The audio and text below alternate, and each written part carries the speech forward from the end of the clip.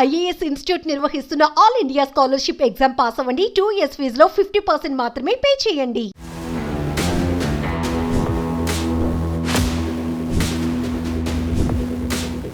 బస్టాండ్లు, railway స్టేషన్లు, traffic సిగ్నళ్లు, గుళ్ళు ఇలాంటి ప్రదేశాల్లో మనకు నిత్యం భిక్షాటం చేసేవారు కనిపిస్తూనే ఉంటారు. వాళ్ళని చూడగానే ఎవరికైనా సాధారణంగా జాలేస్తూ ఉంటుంది. సరైన తిండి, బట్టలు లేవని తోచినంత దానం చేస్తూ ఉంటారు. అయితే చిల్లరే కదా దానం చేసేది అనుకుంటాం, కానీ ఆ చిల్లరతో కోట్లు కూడా పెట్టిన వారు ఉన్నారంటే అతిశయోక్తి కాదు. వారికి డబుల్ బెడ్రూమ్ ఫ్లాట్లు ఉండొచ్చు, బ్యాంక్ బ్యాలెన్స్ లక్షల్లో ఉండొచ్చు.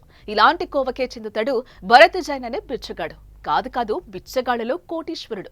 అంతేకాదండోయ్, ప్రపంచంలోనే అత్యంత ధనవంతుడైన బిచ్చగాడు ఇతనే. అదేంటి, షాక్ తిన్నారా? బిచ్చగాడేంటి, కోటీశ్వరుడేంటి అనుకుంటున్నారు కదా. అతని కథే మనం ఇప్పుడు తెలుసుకుందాం. ముంబైలో పుట్టిన భరత్ జైన్ కు చిన్నప్పటి నుంచి ఆర్థిక కష్టాలు వెంటాడాయి. స్కూల్ ఫీజు కట్టడానికి డబ్బులు లేక చదువుకోలేకపోయాడు. మొదట్లో దొరికిన పని చేసుకుంటూ జీవనం సాగించాడు. అయితే తక్కువ కూలీ వస్తుండటంతో పని మానేసి యాచక వృత్తిలోకి దిగాడు.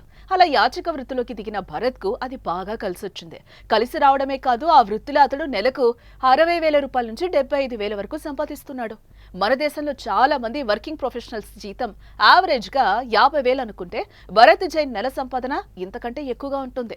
ఇంత భారీగా డబ్బు వస్తూ ఉండడంతో అతడు భారీగా ఆస్తులను కూడా కొనుగోలు చేశాడు.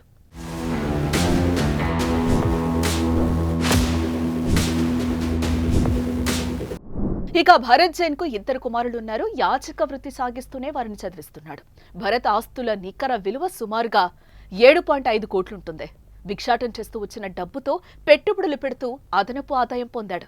ఇక భరత్ జైన్ ముంబైలో 1.4 కోట్ల విలువైన 2 ఫ్లాట్స్, ఠానేలో 2 దుకాణాలున్నాయి. వీటి నుంచి కూడా ఆయనకు నెలకు 30,000 రూపాయల వరకు ఆదాయం వస్తుందట. పెట్టుబడులు పెట్టడంలో కూడా ఆయన తన ప్రతిభను చూపుతున్నారు.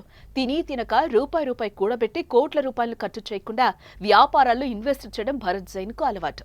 ఇక ముంబైలోని ఛత్రపతి శివాజీ మహారాజ్ టెర్మినస్, ఆజాద్ మైదాన్తో సహా నగరంలో అత్యంత రద్దీగా ఉండే ప్రదేశాల్లో భరత్ జైన్ భిక్షాటం చేస్తూ ఉంటాడు. ఇల్లు, పెళ్ళాం, పిల్లలు అందరూ ఉన్నా, ఆస్తులున్నా అతను అడుక్కుంటూనే ఉన్నాడు.